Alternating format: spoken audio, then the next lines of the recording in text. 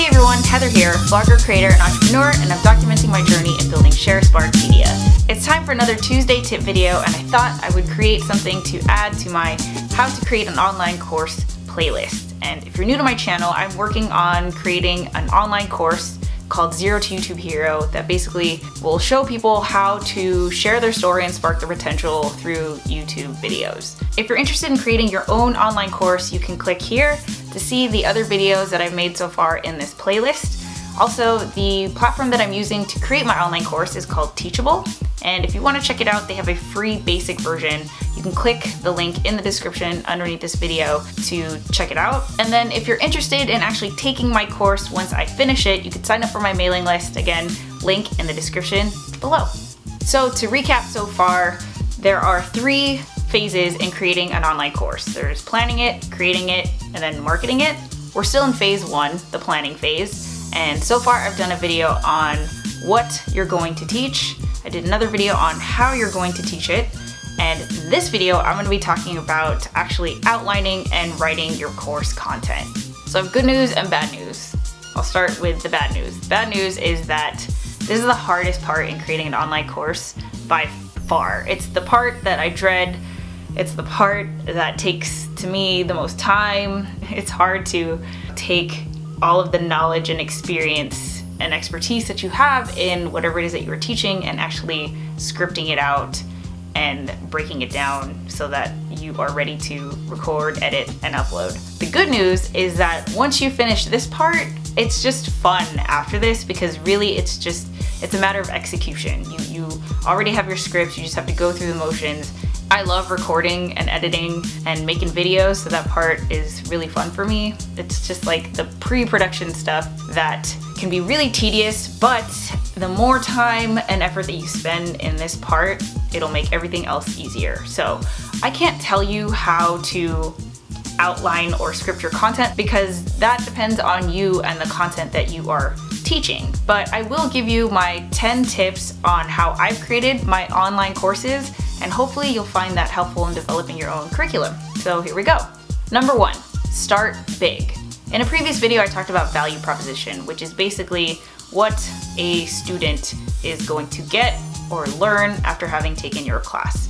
So for my class, Zero to YouTube Hero, someone who is completely new at video, has never recorded a video ever, knows nothing about YouTube, just a complete newbie to the platform, can take my class and then feel comfortable uploading their own content. That's everything from, pre-production, production, post-production, figuring out like what kind of content to create, how to promote your channel, all of that. So that's the value proposition for my class. So when I say start big, here's your value proposition, and you kind of want to like make a tree, right? So break it up into big chapters, or like the biggest steps. And then from there, you want to break out each chapter into sections. In the Teachable platform, you can have chapters and sections, which is another reason why I suggest doing this, because that's how you're going to organize your content and how someone's gonna go and progress through your course. So start with an overview of the basic steps and then go granular within each step. Number 2, teach a kid. Now, your target audience is probably not going to be people under the age of 18. Maybe it is, maybe it isn't.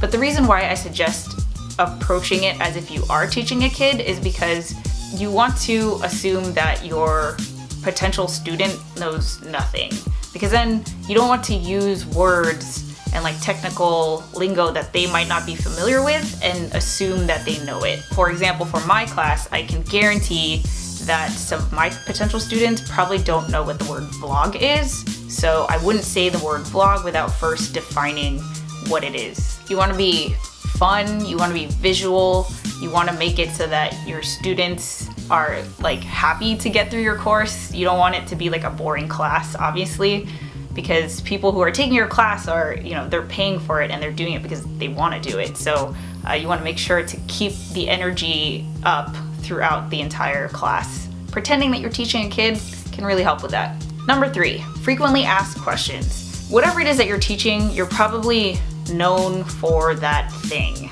So for me, people know me as a vlogger, but maybe you have like this passion or hobby that people know you for. For example, maybe you're a really good cook, or maybe you're into yoga or something like that.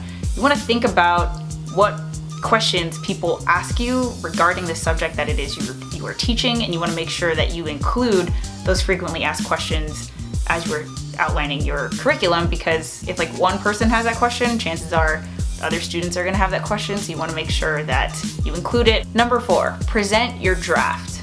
So now that you've got kind of an overview or an outline of your course, you want to run that by someone preferably in your target audience, because you don't want to spend all this time writing out your script word for word if even the order or like the backbone of your course doesn't make sense to someone who's in your target audience. So I suggest before you even like start getting into the details, you want to just run it by someone and ask them like, does this make sense? Number 5, include your creativity. So in the last video in this playlist, I talked about the different content types that Teachable supports. Everything from like PDFs, worksheets, quizzes, videos, obviously, screen captures and stuff like that. You want to plan that as you're outlining your course. There's no right or wrong here. Again, I cannot tell you how to best teach the content that you're teaching. Like that's 100% up to you. But I know for me, I try to switch it up. I don't want to be boring. I want there to be variety. I don't want the students to like go into the video already expecting something. I want them to be surprised and engaged every single time. So that's why I make an effort to really try to switch up the method of delivery of the content. You don't have to do that, but you also don't want to have to think like, okay, you scripted out this section of your course. Now, you know, when it comes time to recording, you don't want to think like, okay, so should I do it in a PowerPoint? Should I do it in a video? Should I do a worksheet? Like that's why this like pre-production phase is so key and takes so long, because you want to already have that prepared. Number 6, factor in understanding. There's a reason why teachers give homework and quizzes and projects. You want to make sure that your students understand the concepts and the knowledge that you've presented in one chapter before moving on to the next thing. So for my class, it's like you need to know what the word vlog is, you need to know how to record on a camera before you learn how to edit. And because this is an online course, obviously it's not a class that you're teaching in person, it's not a coaching one-on-one type of thing. Your students are just watching your recorded class, so you won't know if they have questions, you won't be able to have any like visual cues of like, you know, are they nodding their heads, are they understanding it? That's why like for me, I make sure to include some kind of way where not only can I as the instructor make sure that my students understand the material, but that the students feel that they understand it. That's really key. You want them to feel accomplished, not at the very end of your class, but as they go through it. 7, writing your script. Your content might not be video like this. This is how I'm choosing to do my class, but you might not want to show your face. Maybe you just want to do like a PowerPoint or keynote presentation where you have voiceover. However you want to do it, again, is up to you, but no matter how it is you are delivering your content, you need to actually script your chapters and your sections. So I use Google Docs because it makes it easy for me to sort by chapters and sections, and I can access it from, you know, different devices and stuff like that, and I don't have to worry about saving and all of that. When I'm recording video, usually I just have my laptop right next to me on my bed, and I either memorize the script or, you know, I memorize a few lines and then I cut, memorize another few lines and then I cut. But even when I was doing screen captures, it was a lot harder for me to just free flow it. It was much easier to just read off of a script. Number 8, remember your price point. So there's really no limit to learning. Your course can be infinitely long. You can go on and on. I mean, I can go on and on about how to make YouTube videos and how to optimize your YouTube channel, but obviously you have to put some kind of limitation.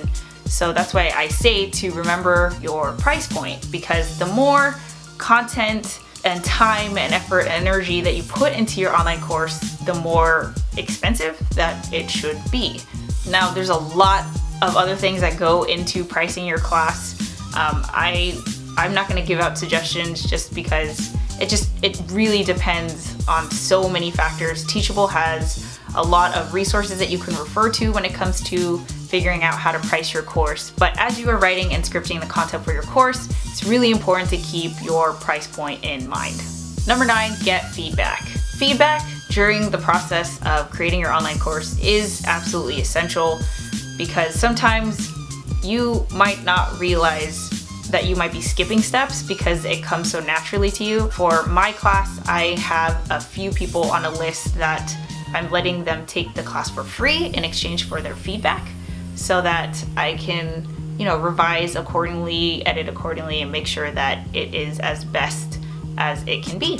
And then number 10 is just like practicing and rehearsing. The more that you know your script and the more that you know the content that you are going to explain, the easier that it is going to be to record.